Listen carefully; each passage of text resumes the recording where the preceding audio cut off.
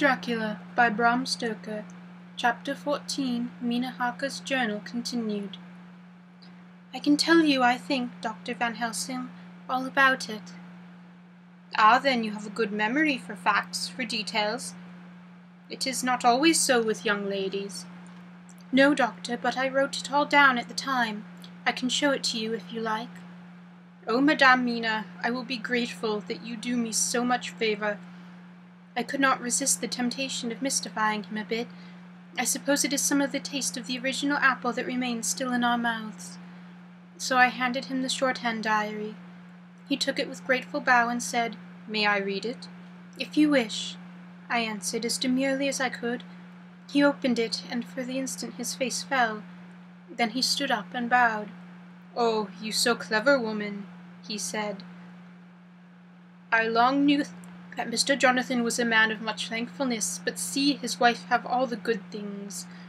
And will not you so much honour me, and so help me as to read it for me? Alas, I know not the shorthand." By this time my little joke was over. I was almost ashamed, so I took the typewritten copy from my work-basket and handed it to him. "Forgive me," I said, "I could not help it, but I had been thinking that it was of dear Lucy that you wished to ask, and so that you might not have to wait. Not on my account, but because I know your time must be precious, I have written it out on the typewriter for you." He took it, and his eyes glistened. "You are so good," he said, "and I may read it now. I may want to ask you some things when I have read." "By all means," I said. "Read it over whilst I order lunch, and then you can ask me questions whilst we eat." He bowed and settled himself in a chair with his back to the light, and became absorbed in the papers, whilst I went to see after lunch, chiefly in order that he might not be disturbed. When I came back I found him walking hurriedly up and down the room, his face all ablaze with excitement. He rushed up to me and took me by both hands. "Oh, Madame Mina," he said, "how can I say what I owe to you? This paper is as sunshine. It opens the gate to me. I am dazed, I am dazzled with so much light, and yet clouds roll in behind the light every time. But that you cannot comprehend. Oh, but I am grateful to you, you so clever woman. Madame," he said this very solemnly, "if ever Abraham Van Helsing can do anything for you or yours, I trust you will let me know. It will be pleasure and delight if I may serve you as a friend, but I will have ever learned, all I can ever do shall be for you and those you love.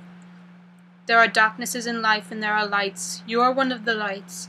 You will be happy, life and good life, and your husband will be blessed in you." "But, Doctor, you praise me too much, and you do not know me." "Not know you, I, who am old and who have studied all my life men and women.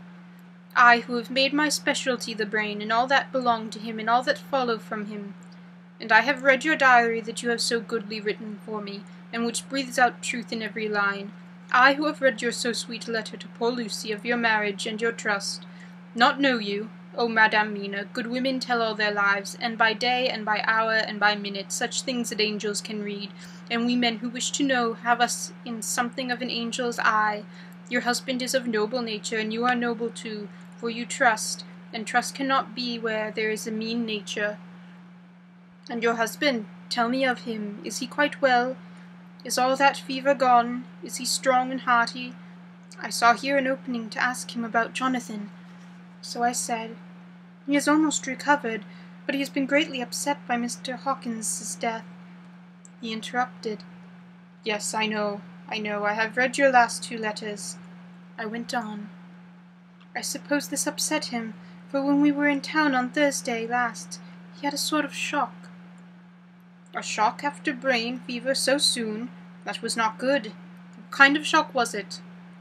"He thought he saw someone who recalled something terrible, something which led to his brain fever." And here the whole thing seemed to overwhelm me in a rush. The pity for Jonathan, the horror which he experienced, the whole fearful mystery of his diary, and the fear that has been brooding over me ever since, all came in a tumult. I suppose I was hysterical, for I threw myself on my knees and held up my hands to him, and implored him to make my husband well again. He shook my hands and raised me up, and made me sit on the sofa, and sat by me. He held my hand in his, and said to me with oh such infinite sweetness, "My life has been barren and a lonely one, and so full of work that I have not had much time for friendships. But since I have been summoned here by my friend John Seward, I have known so many good people, and seen such nobility, that I feel more than ever, and it has grown with my advancing years, the loneliness of my life. Believe me, then, that I come here full of respect for you, and that you have given me hope not in what I am seeking of, but that there are good women still left to make life happy, good women whose lives and whose truths may make good lesson for the children that are to be. I am glad that I may be of some use to you, for if your husband suffer, he suffer within the range of my study and experience. I promise you that I will gladly do all for him that I can, all to make his life strong and manly, and you a happy life. Now you must eat. You are overwrought and perhaps over-anxious. Husband Jonathan would not like to see you so pale, and what he like not where he love, it is not his good. Therefore, for his sake, you must eat and smile. You have told me all about Lucy, and now we shall not speak of it, lest it distress. I shall stay in Exeter to-night, for I want to think over what you have told me, and what I have thought. I will ask you questions, if I may. And then, to you, will tell me of husband Jonathan's trouble so far as you can, but not yet. You must eat now. Afterwards you shall tell me all. After lunch we went back to the drawing-room. He said to me, "And now tell me all about him." When it came to speaking to this great, learned man, I began to fear that he would think me a weak fool, and Jonathan a madman. That journal is all so strange, and I hesitate to go on, but he was so sweet and kind, and he had promised to help. I trusted him. So I said, "Dr. Van Helsing, what I have to tell you is so queer that you must not laugh at me or at my husband. I have since yesterday in a sort of fever of doubt. You must be kind to me, and not think me foolish that I have even half believed some very strange things." He reassured me by his manner as well as his words when he said, "My dear, if you knew how strange in the matter regarding which I am here, it is you who would laugh. I have learned not to think little of anyone's belief, no matter how strange it be. I have tried to keep an open mind, and it is not the ordinary things of life that could close it, but the strange things, the extraordinary things, the things that make one doubt if they be mad or sane." Thank you 1,000 times. If you have taken a weight of my mind, you will let me. I shall give you a paper to read. It is long, but I have typewritten it out. It will tell you my trouble and Jonathan's. It is the copy of his journal when abroad, and all that happened. I dare not say anything of it, and you will read it for yourself, and judge. And then, when I see you, perhaps you will be very kind and tell me what you think." "I promise," he said, as I gave him the papers. "I shall in the morning, so soon as I can, come to see you and your husband, if I may." "Jonathan will be here at 11:30, and you must come to lunch with us and see him then. You could catch the quick 3:34 train, which will leave you at Paddington before 8. He was surprised at my knowledge of the trains offhand, but he does not know that I have made up all the trains to and from Exeter, so that I may help Jonathan in case he is hungry." So he took the papers with him and went away. And I am here, thinking I don't know what. Letter by hand, Van Helsing to Mrs. Harker, 25th of September, 6 o'clock.